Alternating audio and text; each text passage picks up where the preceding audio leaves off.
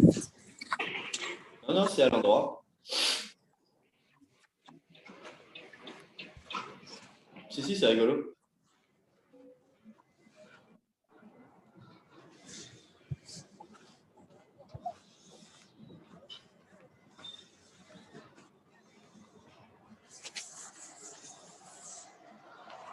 Ça, c'est cool.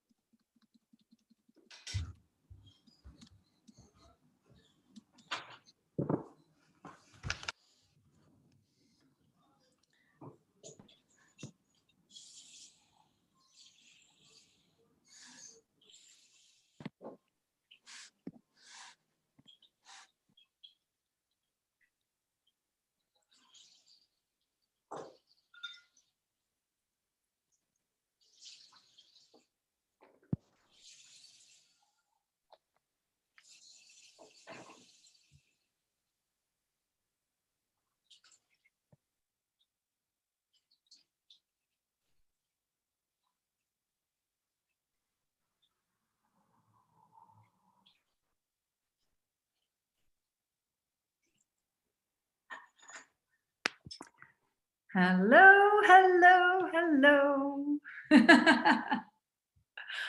Wow, welcome. Come in, come in, come in. Lots of space in 1.5 meter distance. we can just be close to each other. Hello, hello. So nice to see you guys. Hi. See some people waving. Fernanda, Roxanne. Guus, Leuli, Mana, Yeah. hello. Let's see who is here. I see a lot of familiar faces and a lot of people from the previous Food and Design Dives, people from the Pirates course, hey, Pirates, and a lot of people that I have seen in real life. Yes, real life exists, and people that I have never seen before, which is also really nice to meet you in this way, at least. So let's take some moments to let everybody arrive here. And Yue is already saying hello from Milan. Hello back from Dordrecht, because I am in a small city in the Netherlands called Dordrecht. And I would love to hear from you. Where are you watching this from? Where are you right now? Hello from California at 6 a.m. Wow, Amy, nice to see you here. Hello from Mexico, Fernanda. The Netherlands, Sophie. Snowy Stockholm. Rachel, that's wonderful. Moncton, New Brunswick, Canada. Denmark, Castricum. Birmingham, Oslo, South Brazil, Brussels. Tunisia, oh, nice. Cape Town, South Africa. Roxanne, hello. Juliana from Colombia, London, Barcelona, Mumbai, Germany, Barcelona, Amsterdam, Sweden, Berlin, China, Vienna, India, Mumbai, Germany, Belgium, Helsinki in the house. Yay. Wow, so nice to see all of you. So feel free to switch on your camera if you want to just like join the gang. But if you do not want to do that, that's completely fine as well. This is just a relaxed gathering of cool people. I do want to ask you to mute yourself. If you have questions in the meanwhile, please ask your questions in the chat and then I can ask you to unmute. This is just to smoothen the experience.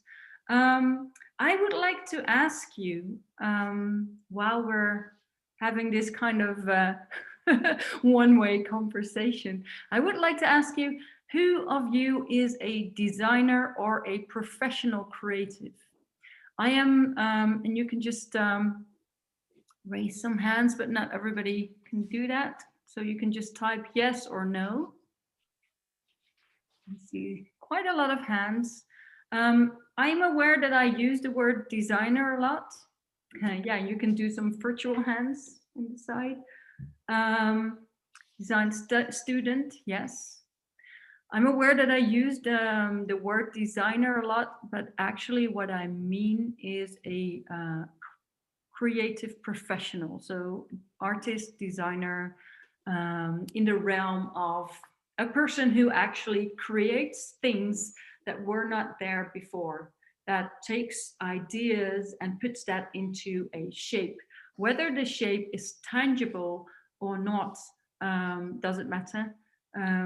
But I think that is more or less a right definition. So if you are an artist and not trained as a designer, I still see you as creative professional.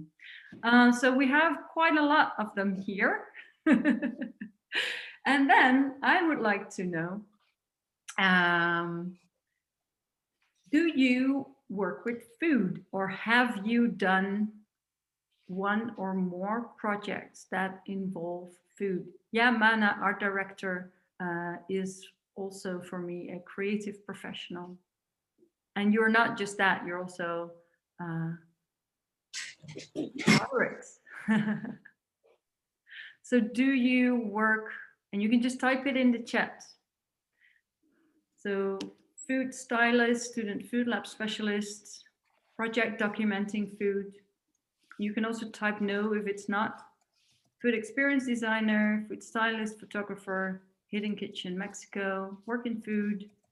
Yeah, yeah. Food systems designer, installation art, chemical puppeteer. Wow, that sounds amazing. Food product designer, experimenting, not yet, aspire to. Yeah. Working with food, agricultural producers, copywriter. Don't be sorry. If you love what you do, never be sorry about anything. Food packaging, graphic designer, food styling, commercial, food as part of community rituals. Yeah, great. Wow. What an amazing group of people we have here. Cocktails, broadening to food, eating ritual for hamburger. Yeah. Food projects design school. Yeah, great. Wow, that's so inspiring to hear. We should just, we should just start a business now, right? So, okay, I just have some questions for you, because I really would like to know, because I am always guessing a little bit, especially with these Zoom sessions. Like I have to guess and I have to like reflect on what I see around me. But I want to know if I'm correct about the things that I see around me. So I would like to ask you if you have been doing a project with food, or if you are rooted in a creative profession, but then working with food, what are your biggest struggles there?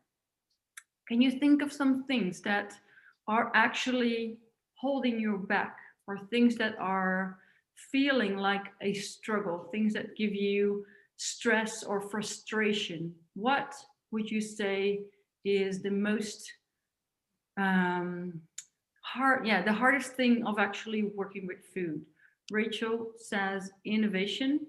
I'm not sure if that is the hardest thing, or is that the topic you're working in? That was just on the border of my two questions. Pallavi says commoditizing my work. Yeah. Getting an income from it. Yeah. As an artist, it is challenging to monetize my work. Yeah. Money, stress, Maxime says. Renske says perhaps logistics. Working with fragrance is quite easy. It keeps well and is easy to transport. Food and drinks are logistically more challenging. Yeah. Yeah. To bring an innovative product to the common people, Mika says. Yeah. Inventing something that doesn't exist yet, Claire says. Creative food photography. Not being able to explain what my work entails. Fiona, yeah, that I recognize that a lot. When I started, that was like the most horrible thing for me to do. Right now, I'm really happy to do that, but it was like, I remember being at parties where people said like, so what do you do? And I was like, oh, oh, so you're making these birthday cakes with Barbie dolls inside? Is that what you do? People seriously ask those questions. Yeah. Joe says the food you throw away session drives me a bit crazy, of a photo session. Yeah. How to translate skills to being creative with food for income, Roxanne says. Yeah. Ines says COVID makes me to rethink many projects as I like to work with the senses. Yeah, Ines, that is a good one. The good thing though with that is that the senses are always inside you, right? No one else can feel for you. So you are still, wherever you go, you have your senses with you. That can be really, really nice to imagine if you are working with food and if previously you did these large installations for a big group of people, then you know that essentially the sensorial aspect is still within them. Unless, like me, you get COVID and lose your sense of smell. Then that's really shitty. I did get it back though. Kieran says food is a vast topic, so choosing the right industry or the zone to intervene is my challenge. Yeah, so choosing is hard, right? Because there is so much amazing stuff. Losing the working materials. I can't stop devouring my burgers. Yeah. Finding connection through food and origin of life as symbol, molecular chemistry, amassing simple taste. Karina, maybe you can explain a little bit more in the next comment. Yeah. Anna has a really good one. It's hard to get accurate information about the food industry. Yeah, like it's very secretive, right? Kay says, finding a segue into the gastronomic world can be a challenge. Yeah, yeah. And Maxine says, finding mentors and a community that understands what we do. Yeah, because that's so funny. Like here, I think we're 60 people here. And all of us, we share this experience, right? I think more or less we have like some similar things. So we are here, but we are still taking a few steps from this creative field into this vast open space with it, which is the food field. And the good thing there is that you are a pioneer. You are doing something which hasn't been done before. You're doing something which is incredibly exciting and also incredibly relevant, because in this world of food right now, we need creative people coming up with creative ideas and bringing more life and more vibration in this field of food, where a lot of rules and a lot of conventions seem to be very strict, but they are also open to change. So there is a huge potential of stepping into the field of food. But then the other side is that it's also scary, right? Because there is no real food and design community that can really surround you as it is with, for example, graphic design, or as it is with photography, or as it is with other kinds of creative industries. So on the one hand, you have you are 2 steps in advance because you do something which is unique. And on the other hand, you need a lot of courage because a lot of people do not understand it yet, right? Is this correct? Do you feel this resonates with you? I'm just reading some comments more. Micah says, make a start to bend the work I do, work in a different way, find different clients. Yeah, feel I am on a busy, high-speed train and I want to work differently. Yeah, so if you have already been doing things in one certain direction, then how can you change that, right? And this is exactly what I want to talk about today. This is exactly the topic of this training, because how can you make sure that when you step into this kind of uncertain space, how can you make sure that you find clients who understand what you do, that you find people who want to pay money for this specific thing that you do? How can you make sure that you can communicate about what you do so that you can actually do what you love to do and get recognition for that, so that you can, like, imagine that you would create projects that are so wonderful that people come to you with tears in their eyes, telling you, wow, this was a once in a lifetime experience. This was so special. I never thought about my senses in this way before. Thank you. Thank you for giving me the opportunity to actually see myself in a different way, to find a new relationship with myself through the food that you made, through this experience that you made for me. Or imagine that you would find a creative solution to get kids to eat vegetables, and that parents from all around would want to find out about your method and would thank you, because now finally they know that their children will be eating healthy and they want that, and that the children themselves would start to ask for it. All these kind of things are very powerful things. And I think you know that once you find a way to make your work as engaging like that, then people will come to you and ask you for what you want. People will come to you because they know that you are an expert in this. People will come to you not because they want to have the best bargain. They come to you because they know that you will make something that enchants them. You will make something that excites them. People do not care about money when they know that you do something that gives them this once in a lifetime experience.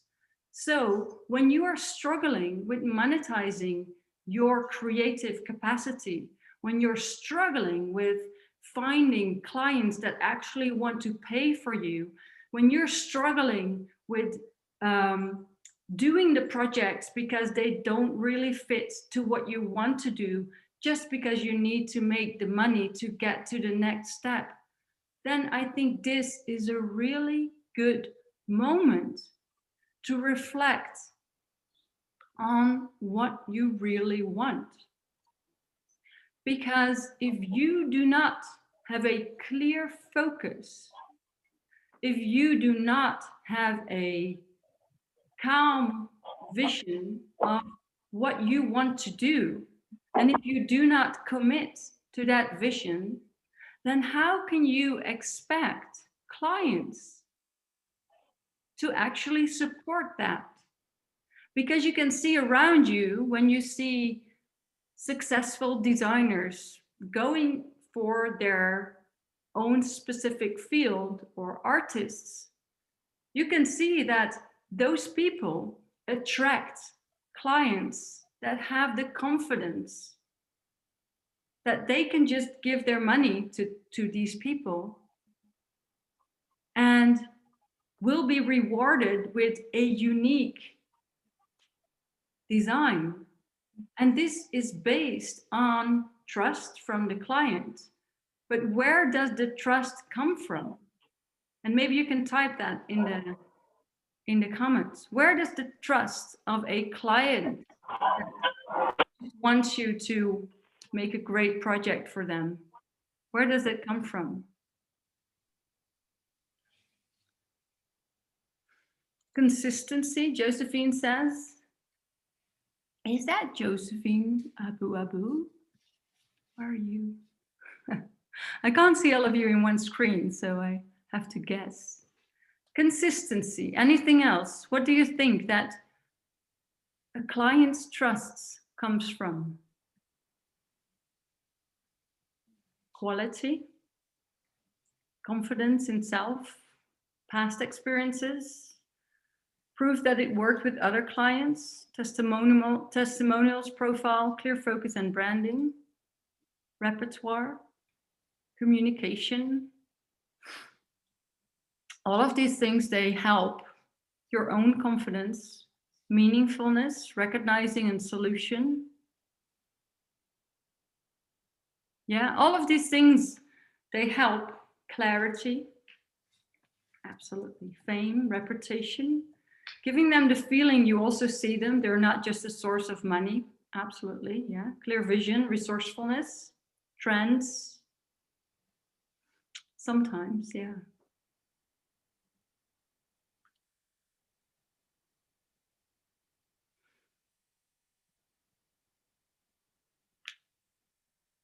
All these things are true.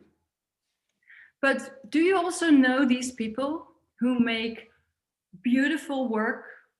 And I know quite a lot of people who make amazing work, but still struggle to monetize the work. So they make meaningful work, they make quality work, they make, they might even have a reputation. I'm just scrolling through the things that you said.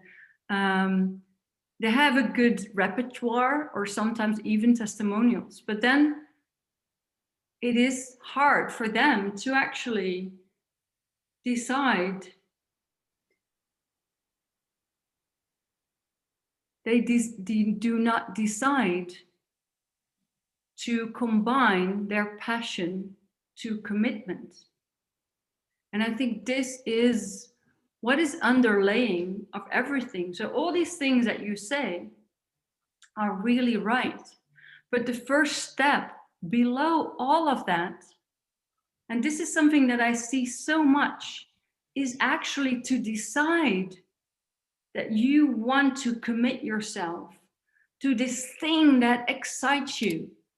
And I see so many people who are afraid to choose to actually commit themselves to this one thing and to put all their energy and drive into this one focus.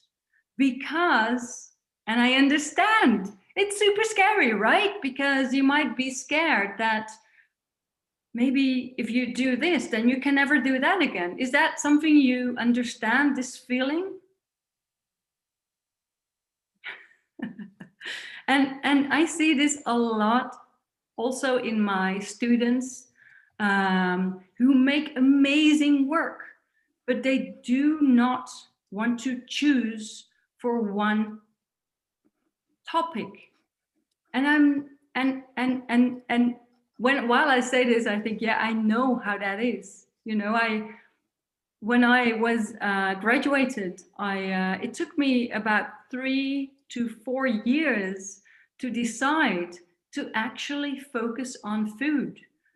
I got a lot of requests to do things with food, but as a designer, and as I was like the only designer I knew that was really working with food, I couldn't really see what was behind the steps that I would take if I would choose to be a designer, if I would choose to work with food.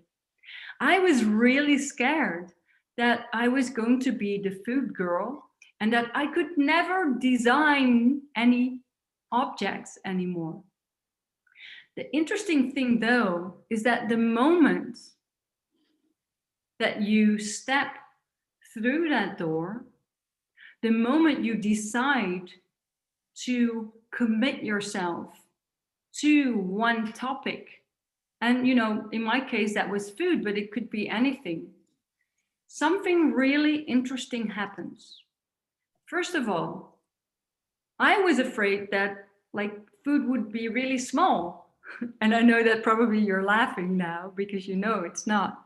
But back then, like in 1999, working with food seemed like a small thing to do. It seemed like you would like be in just one corner. But once I stepped into choosing that this was my way to go, that was the moment that I realized that choosing to work with food enabled me to work with psychology, with philosophy, with agriculture, with landscape, with sensorial design, with politics, with economy, that actually food is connected to everything. But you can only actually find that once you make that step through that door and to just look in that room and see that there's many hidden corners, things that you didn't actually see on the surface. That's why it's also so hard to explain to people what you do when you work with food in a creative way, because people cannot, they haven't been through that door. They don't really know what is behind that. They can only see the surface. So that is the other effect. So the first effect is that you will suddenly, the moment you focus on something, then this world that emerges behind that focus will grow into a huge ocean where you can swim all sides. You know, when you're in an ocean, you can not just like walk straight on and go around the corner, but you can go up and you can go down and you can dive deep and you can find all these amazing pearls that no one has found before. And that's the cool thing I think about working with food. There are not so many people who have done projects in this area yet. So there are still lots and lots of pearls to dive up. So that's one thing. But the other thing is that, and this is something that I think many people with a creative education do not consider. They don't really think about this. But in reality, you can make amazing stuff. But if people do not see you or want to pay for your services, then it's great that you're talented, but it's also really shitty because you also just need to make money to improve on your skills, to improve on your education and communication, for example. You also just need money to breathe into your practice to get to the next level. And the thing is that when people do not choose to commit themselves to something, it is really hard for potential clients to really see what you're doing, to really understand what they can do with you. So let me just ask you a question. Do you think it's a good idea if I would, oh, I have an idea. I am going to start a bakery, right? It's a really nice sourdough bakery. And it's a really nice sourdough bakery. And then in the back of my bakery, I also start a midwife's practice, right?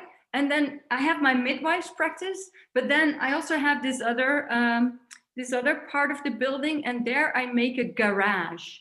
And then I put on the front of my building, I'm going to call it my Garage Bakery Born. That's the title of my new practice. Do you think that will work? Are you going to buy bread in my place? Or have your baby be born? We can drive it up. We can drive it up the highway as soon as possible. A bun in the oven, yeah. Yeah, but I guess it's a niche. It's a lot going on, right? And I think you can sense. Oh, wait. I also want this to also be a funeral undertaking.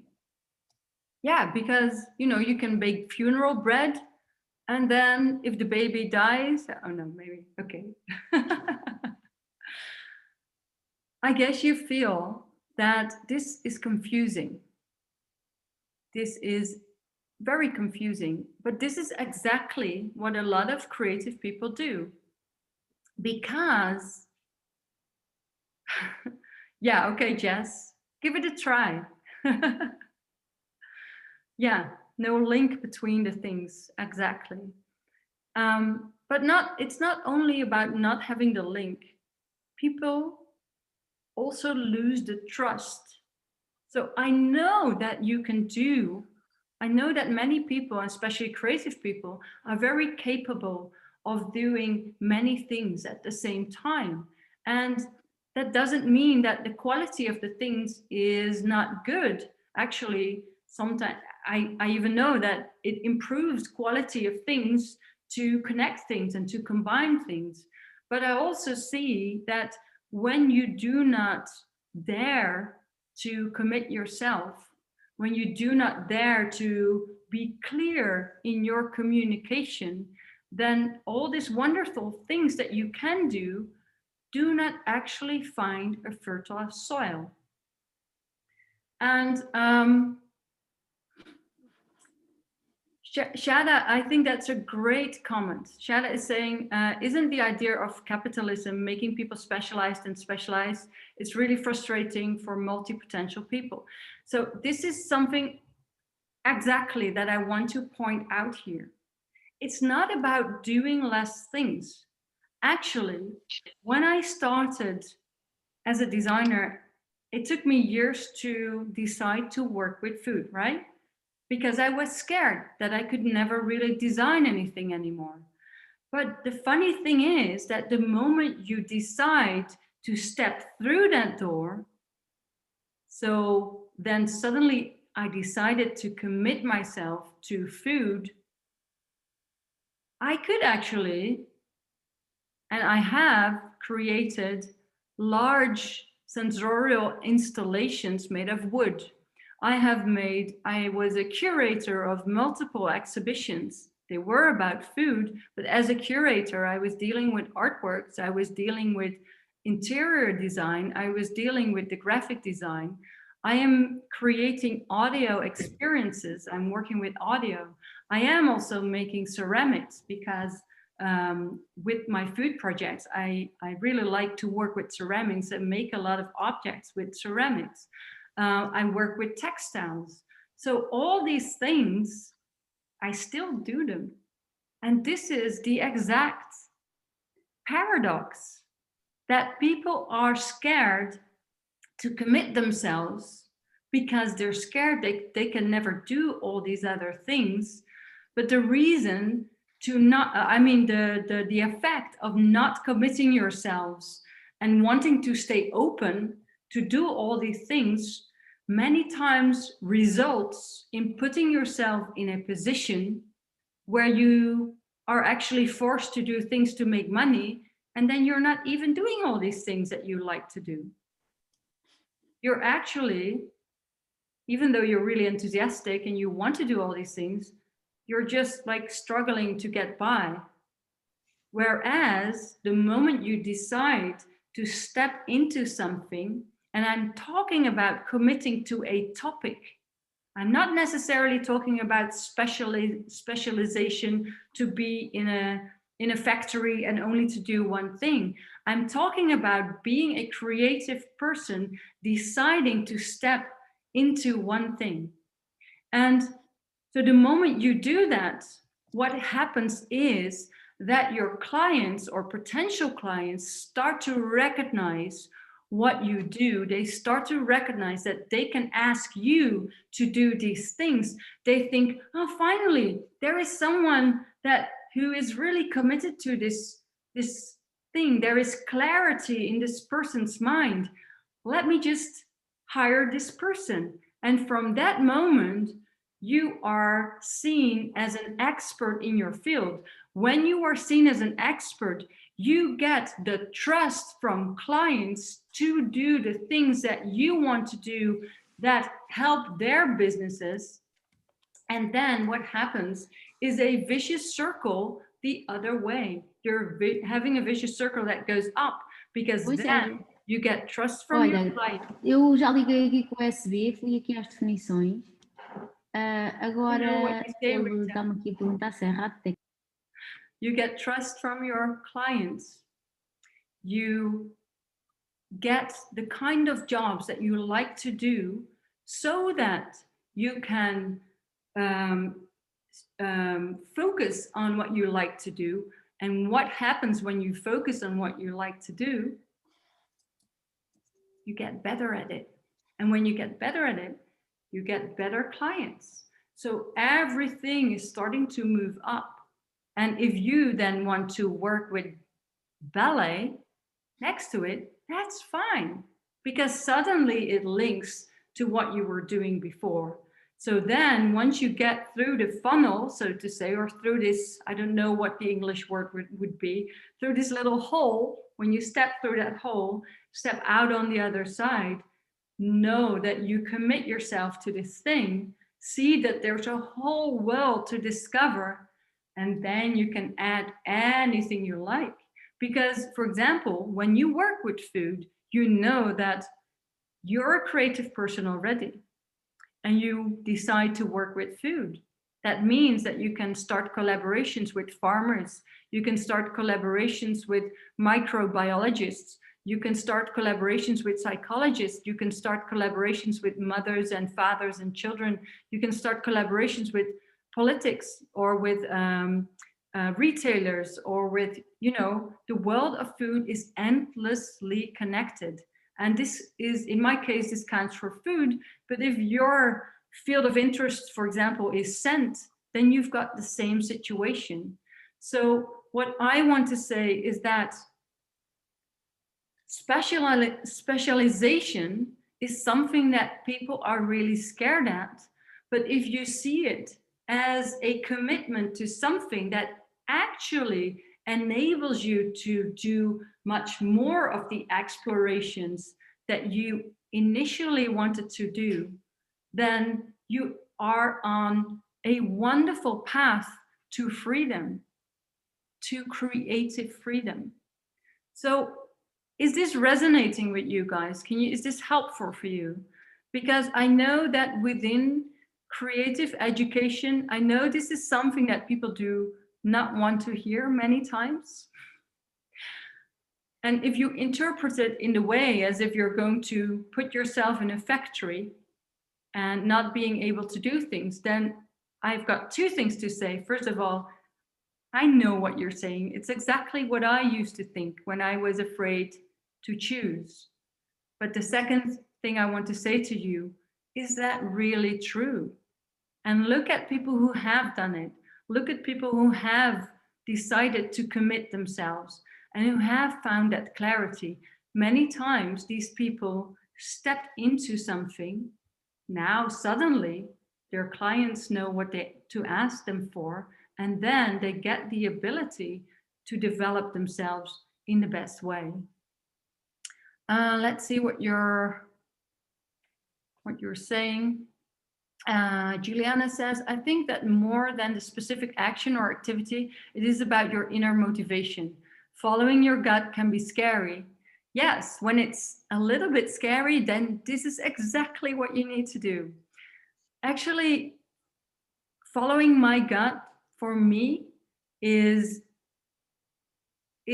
or has been and is still the compass in what I do in all my creative work.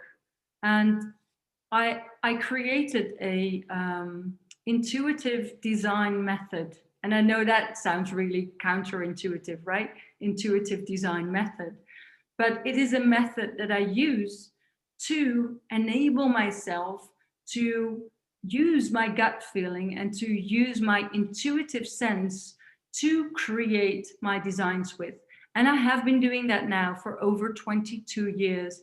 And it's so cool to see that it actually works. It works for me, and it works also for the people that I work with and the students that I work with as well. So it's really nice to see that your gut feeling, and I'm happy you're actually saying that, Juliana, is a really wonderful motivator and a really wonderful compass that can tell you which steps to take exactly. So when it's a little bit scary, it's actually a good sign.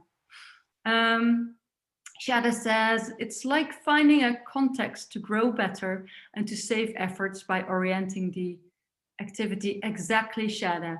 It is about knowing that when you say, okay, I do the bakery and the midwife thing and the car wash all in one because I like all these things, that's okay. But it also means that people do not understand what you do, and therefore you do not really get the chance to develop yourself, because you will always stay struggling. So when you decide to, okay, let's focus on baking bread first. Okay, apparently people see you. Okay, apparently you make bread. Yeah, I make bread. Do you want to taste my bread? It's really delicious. Wow, that's amazing bread. Huh, I see you're pregnant.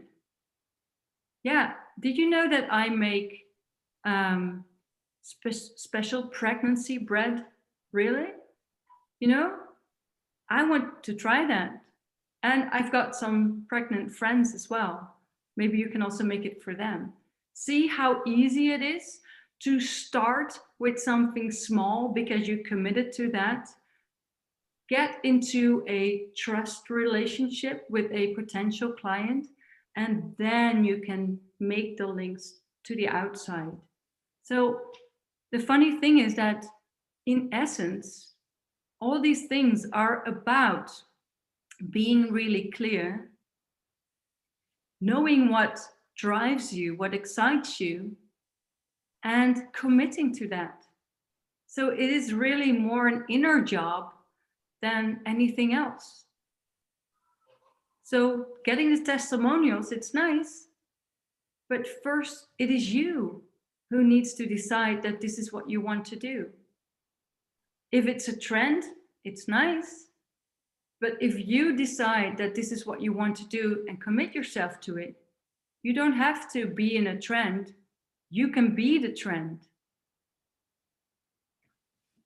If you commit yourself to the thing that you love doing, there is an inevitable result of becoming successful with this very thing.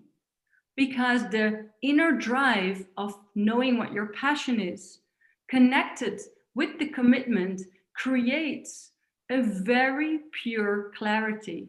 People see that. People respond to a clear clarity, especially in this very confusing world. It is really nice to meet someone once in a while who has a very clear vision and is very clear about what they do. And if this very person then can also do other things, then it's just a surprise. Then it's just a nice addition to the things that they were already doing. See what a big difference it is? So in the end, you're still doing what you wanted to do. You're still doing the kinds of things that you wanted to do.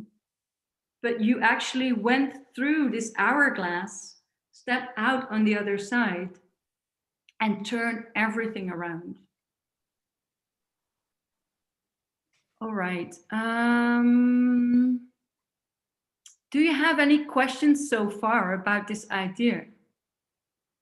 Yeah, Maxine, the fear is to get stuck in that first thing you start with. Yeah.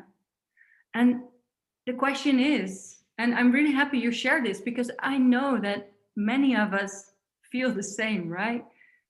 It can feel scary, but you will also find out that the moment that you ask yourself, is this a rational fear or is this an irrational fear? Then you will see that it is an irrational fear and that you can just try to do it. And if it doesn't work, you can always go back to other things. You've got so much time. You've got so much space and so much possibilities. But if you do not commit in the first place, then you also will never get to that second place. Renske says, what's interesting is that at some point you notice that a subject can really take over. You can mold a lot of ways of working to that subject. You notice you are not longer taking pictures as a photographer, but as a perfumer. Everything you do then can become a little study of your subject. Yes, Renske, I'm so happy you say that. And this is so true. so that the moment you decide within yourself, this is who I'm going to be, then you will see that everything around you will also be seen through the lens of this person who you want to be, and will also seem to be different. And probably it is not really different, but you are different. So you can actually see things different. And maybe some of you already know this story, because I know I shared this story before, but I still think it's such a fun way to think of it. So you know, I'm about food, and I like food, and I like to work with food. And my friend, she is a psychologist, and both of us, with our kids, we went to the zoo like years ago, and we were in the aquarium, and so we were looking at all these fish, and I was just looking at the fish and at the lobster, and I was thinking, nice lobster. That would be nice with some mayonnaise. Oh, and there I see some herring. Yeah, herring. Oh, yeah, I feel like having herring. And oh, there's a mackerel. I remember that I caught one once, and that they were still shaking when I actually killed them. They were still shaking. And so I was talking about the seaweed and how tasty that would be. But my friend, she was standing next to me. She was looking very concerned at the lobsters. She said, well, I think that left lobster has a little disorder. I think that lobster secretly is depressed. Yeah, and I saw that mackerel, and see that this very single mackerel is outside of the group. I think this mackerel, I don't think it's doing very well. I think probably it has some kind of anxiety. And we were just standing next to each other laughing. And we were so aware that how we saw the world around us is absolutely shaped by who we are and the things that we do. So first of all, that's nice to know, right? But second of all, it's also really important to be aware of that, to be aware of that the moment you decide to step into it, everything will also mold itself towards what you want to experience. And so this decision, as an inside decision, will change things around you. All right.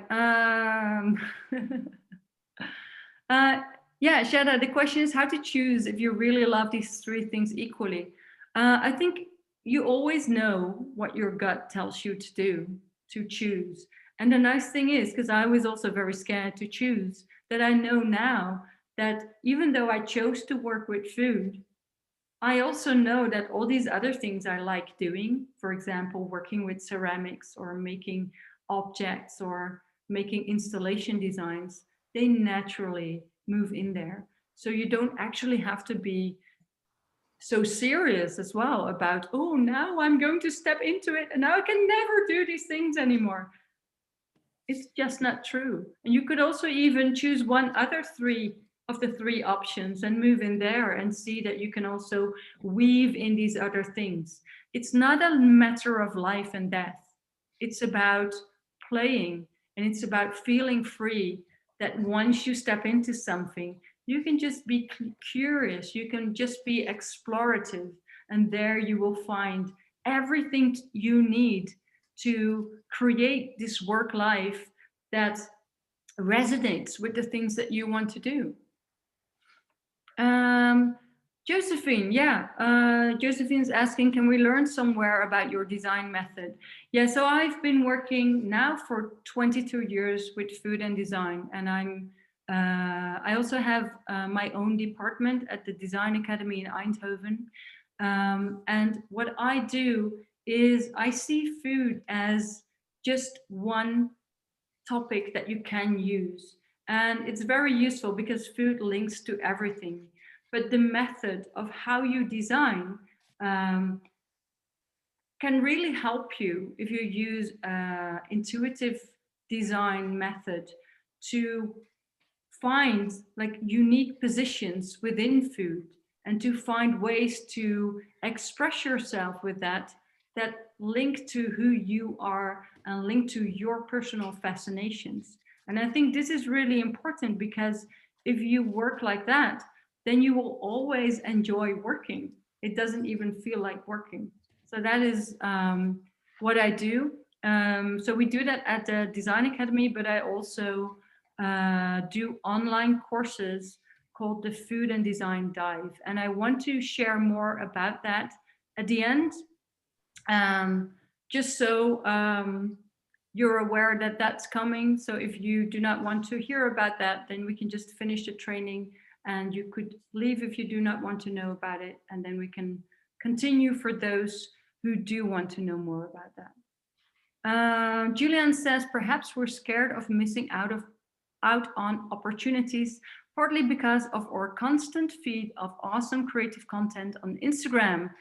I feel it often clouds my own visions, yet I keep scrolling. Yes, Julian, thank you for sharing this, because I think this is something that many people do not want to admit, but it is true. You know, there is so much around there. So actually, one part of this intuitive design method applied to food that I work with is taking time for self-reflection, taking time for not interacting with all this input, and to be guided by yourself and be guided by what drives you, and not be influenced by what is coming from the outside. And I think that is, so that's a great comment, Julian. Yeah, and it also leads you here. But that's a great comment, because you need to know how to use it. The nice thing about committing to something and having a focus is that you also know that staying in this focus can really help you to start working in flow. So it is not just about being recognizable for potential clients, but it's absolutely crucial to work in flow, to feel that you're working on something, to feel that you are focused, to feel that you can experiment and play with things, and not being procrastinating, or not being just scrolling and feeling uninspired. So choosing to commit to something, for me, is also a method that can help you to activate your own drive, because I think this is a struggle for a lot of young designers, especially, and I'm saying young designers, but I think many people deal with this, especially because you know that you could do this, I could do that. I could also scroll on Facebook, I could scroll on Instagram. Oh, people have been done all this amazing stuff. Oh yeah, well, maybe I just need to make some lunch. Oh yeah, I made some lunch. Yeah, now, well, my day is over. You know, that's how it goes. So finding a way to use your own intuition, to find this clarity, to find this focus, also has an effect on all these kind of things, on the distraction, on the insecurity of missing out. Because I know in my newsletter I talked about creating FOMO, but it is a real thing, being afraid that you'll miss out on something. And having made the decision inside yourself to choose for something also works as a kind of little tool to keep you focused, because you don't have to rethink about the things all the time anymore. You can just remind yourself, oh yeah, I wanted to do this. And then it's very easy to continue working on that. So I just want to know, do you have any questions right now? Is there anything that you would like to ask? This is your moment. And otherwise, I have a little assignment that you can actually use in the coming days for yourself to start reflecting on what you do.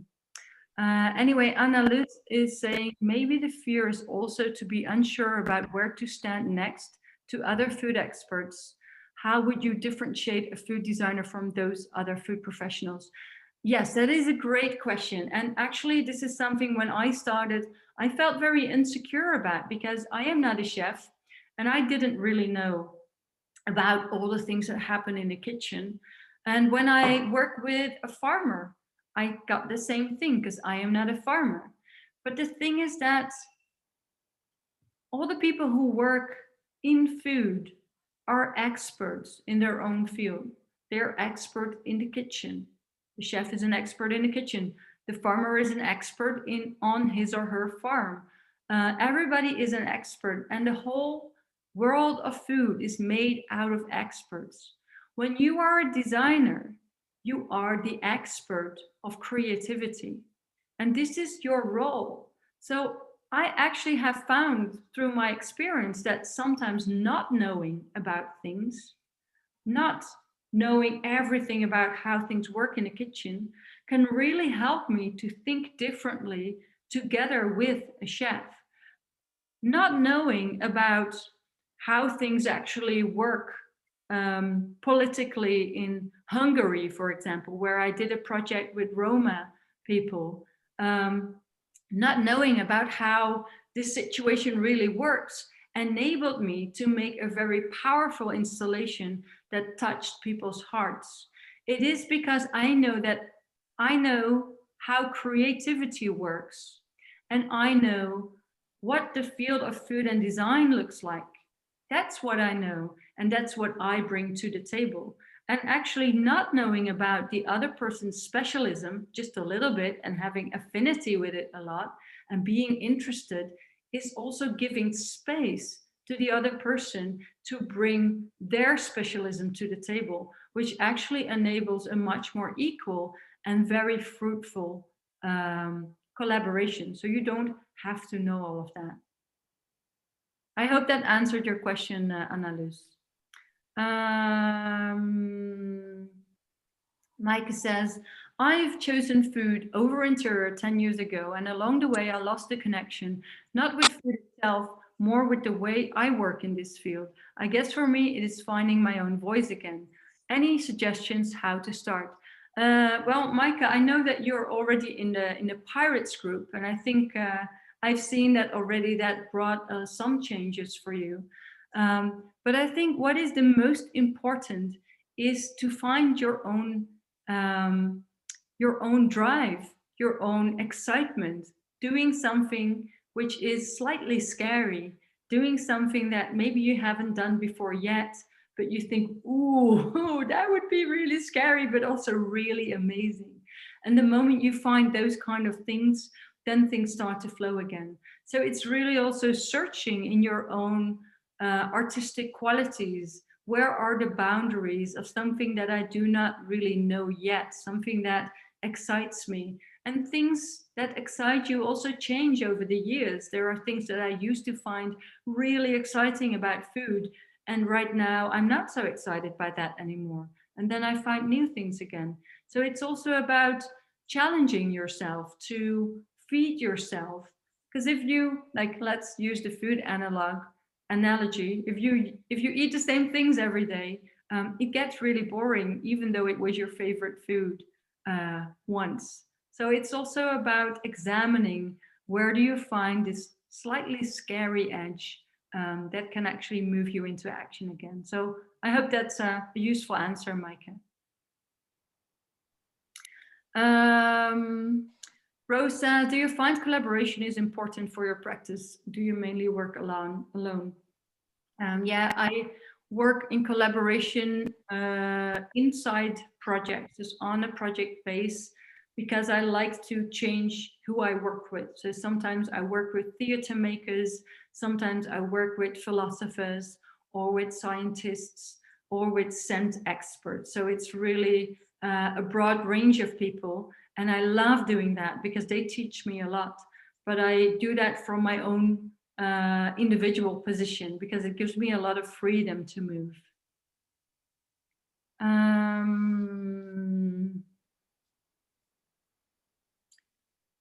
Corina says, what is your best activity to get people to think about their own body pre-sensing before interacting with food?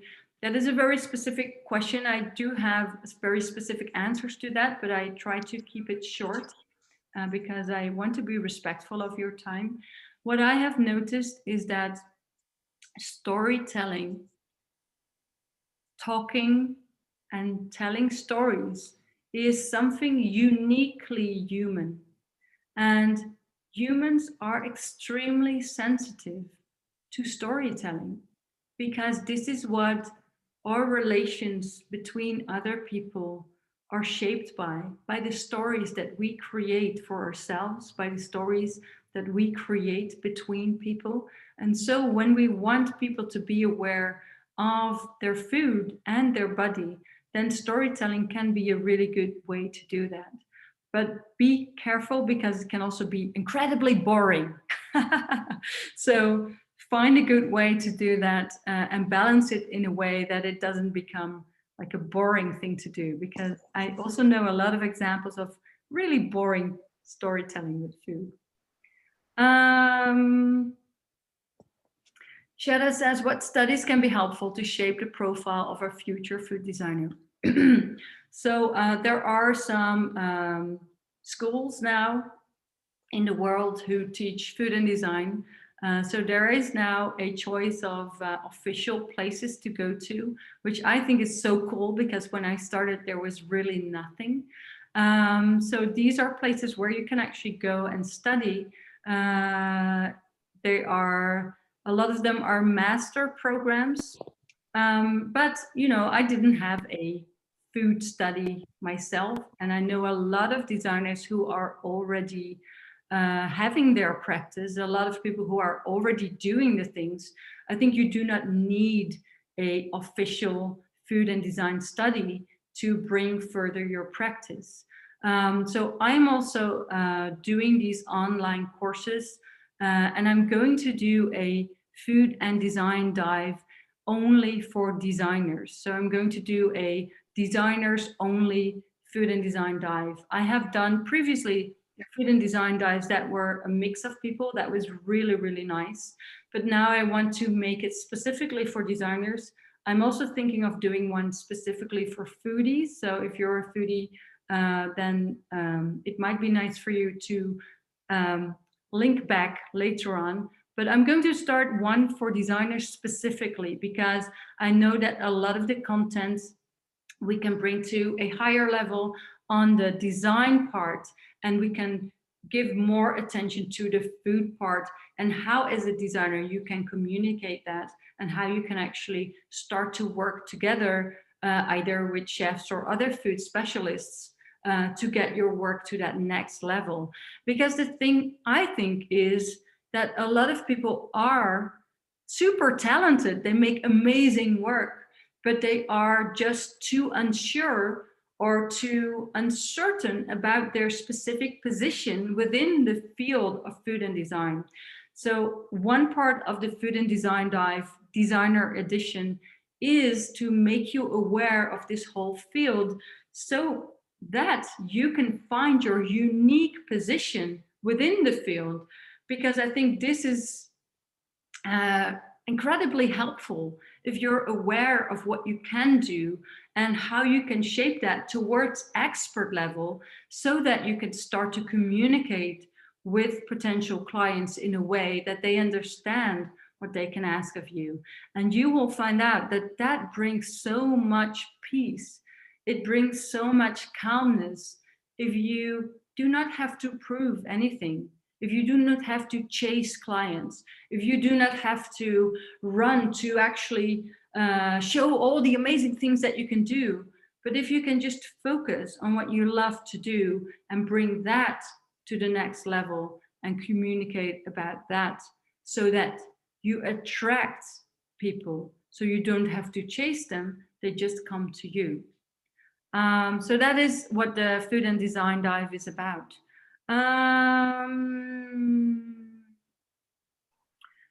75 people on the call. I'm just going to answer Mika's question here, and then I'll share a little bit more about the Food and Design Dive Designer Edition. So if you're not interested, that's completely fine. I'm going to work with a small group of people. So if you do not want to participate in that, that's really fine, because I just want to offer this free training so that you can become more aware, and you know what is the best choice for you. You know what are the best choice, the best steps for you to take in your position. If you do want to hang in there, then that's great as well. I'm really happy to share this because I'm really excited about this. Mika says, I always think it will exist already, and that's how it stops me from moving on. Do you have a solution for that? That is a really interesting thing you're saying, Mika. Actually, when I started working with food as a designer, I thought, well, food and design, it's too obvious. I'm sure the whole world is already full of designers working with food. I just probably don't know them. That's what I thought when I started working with food. I thought, I'm sure maybe somewhere far away, maybe in Asia, there are many people probably already doing this. And I hope one day I will meet them. That's what I was thinking. I really didn't think that it wasn't there yet.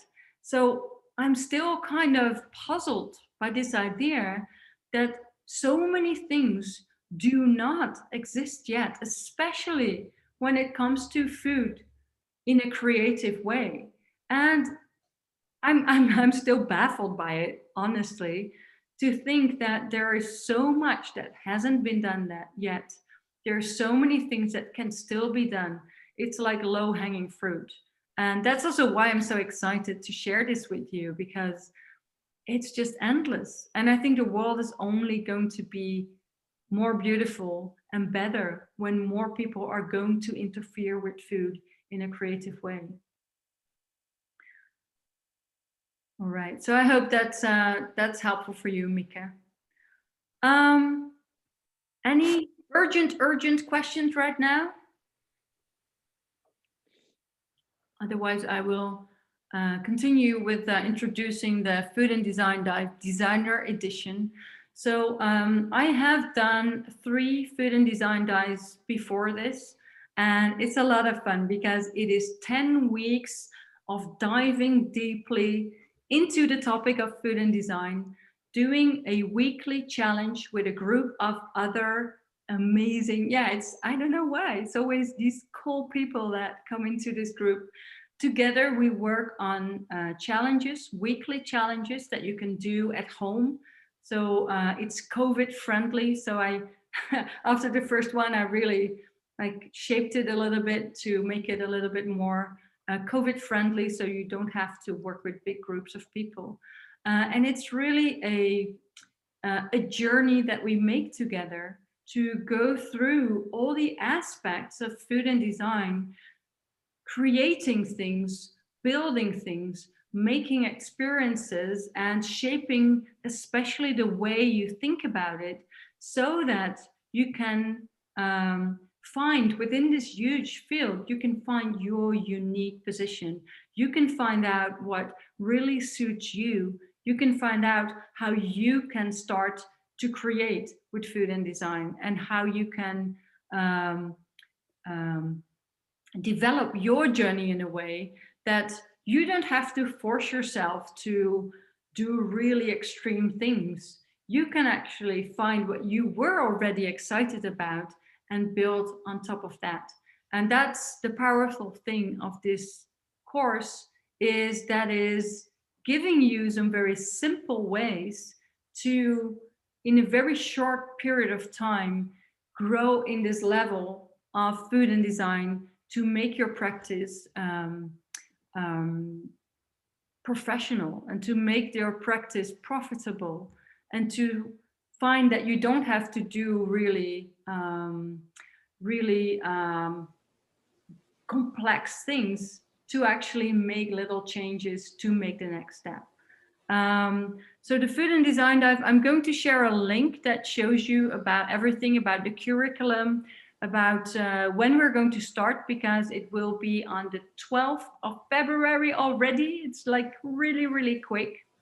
We will be with a small group of people, dedicated people, and fun people who are going to explore together, but you will do the assignments by yourself. So it will be an international group of people. we will have once a week a session, and then you have a challenge to work on for a whole week.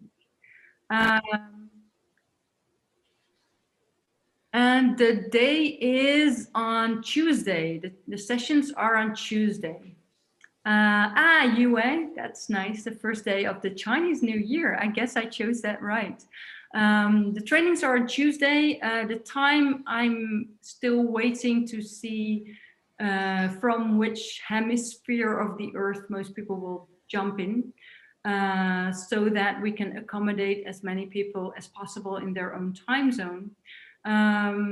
But you have to know that we'll be in a group and the recordings will always be accessible to view afterwards. So if you miss the session, that's no problem. You can always watch the recording. If you still have questions after the recording, you can post them in the groups and then I will get back to you about those. So you are not missing anything if you cannot make it live, although it is much more fun to do it live. So if you can, that's great. What I wanted to share with you as well is that, so we're already starting the 12th. If you want to join and if you're jumping in before Monday, coming Monday, then you will get a free coaching session with me. So that's like a nice little addition to if you want to join. So that's if you join before Monday. Rachel says, no way. I don't know if you're responding to the Chinese New Year or the private coaching session. But yeah, it's we can do that online. So don't worry if you're not in the Netherlands. Yes, private coaching session. All right.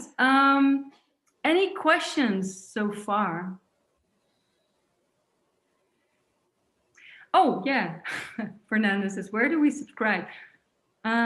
So I will just in the chat, I will share the link where you can also read about the curriculum and where you can see how it works. Yeah, so it is, oh, just a second. This is the link. It is about 2 hours a week. So the sessions are like sometimes 1.5 hours to 2 hours. So the sessions are like really going into the topic, and then the rest of the week is doing your own stuff. And you can spend as much of time on it as you can, because I'm aware that many of us have our own practice. We have lives, we have kids sometimes. So I'm aware that, you know, this is something that you can do in between. I've had some previous students who were doing this with their kids, which was really quite fun. So I don't want this to be like a burden. I want it to be something that excites you, something that drives you, something that makes you, wow, I want to do this. And then when you do it, I want you to be able to do that within the life you're already living. Because if it becomes a burden, if it becomes something that you feel stressed by, then the chances of you succeeding are decreasing. So this is why this is the setup. So it's really an intuitive design method to really get you going and get you into that flow, so that afterwards it becomes so easy to implement this in your practice. All right. Any questions in the meanwhile? Anything you would like to say or ask, or you can unmute yourself, sing a song, cough in the microphone.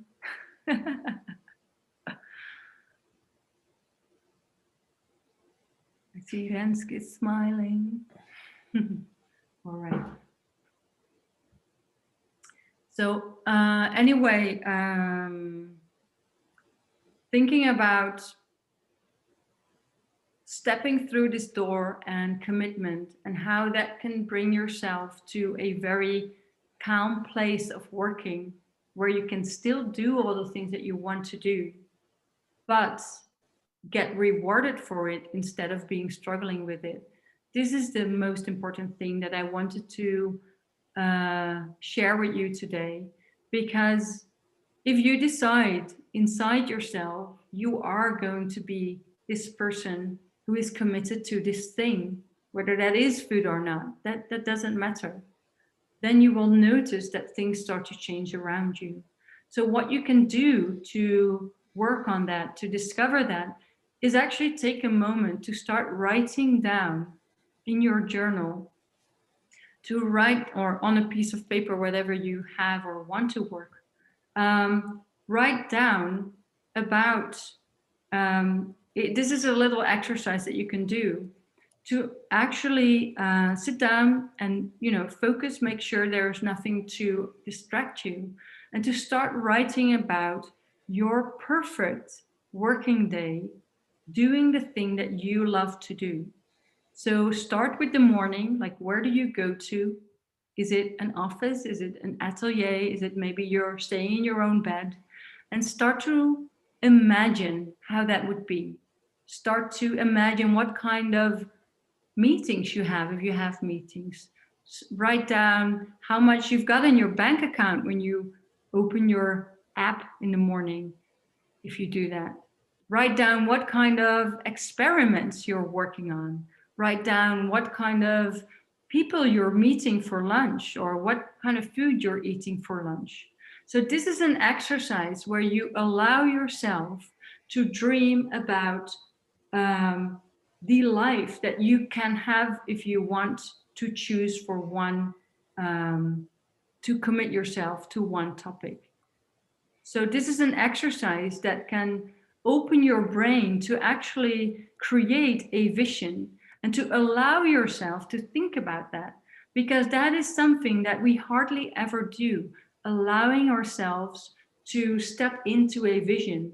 We're so busy with thinking about, okay, tomorrow I have a meeting. What did I have to do? Oh, and tonight I have to fix dinner. And, we're so short-term thinking and doing that giving yourself the opportunity to sit down and write this perfect working day is actually giving yourself a gift, because first of all, it's really a lot of fun to do that. But second of all, you will notice that when you free up space in your brain to give yourself permission to dream about this day, and it can be a day of 80 hours, that doesn't matter. It doesn't have to be realistic. So dream as big as you want. But to give yourself this opportunity will do something in your neurological pathways. What it does, it creates a kind of preconceived idea about how you like things to be. And this creates that in your daily life right now, you might already start to make different choices and different decisions. So that's how this works. So first of all, it's just fun to do, and it's a nice gift to yourself. Second of all, you are priming your brain to become more aware of where you want to go.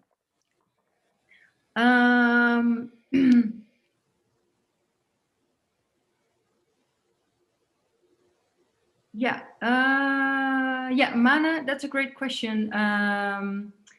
You did a master in food design 5 years ago. So, so in that case, I like to ask you to just send in some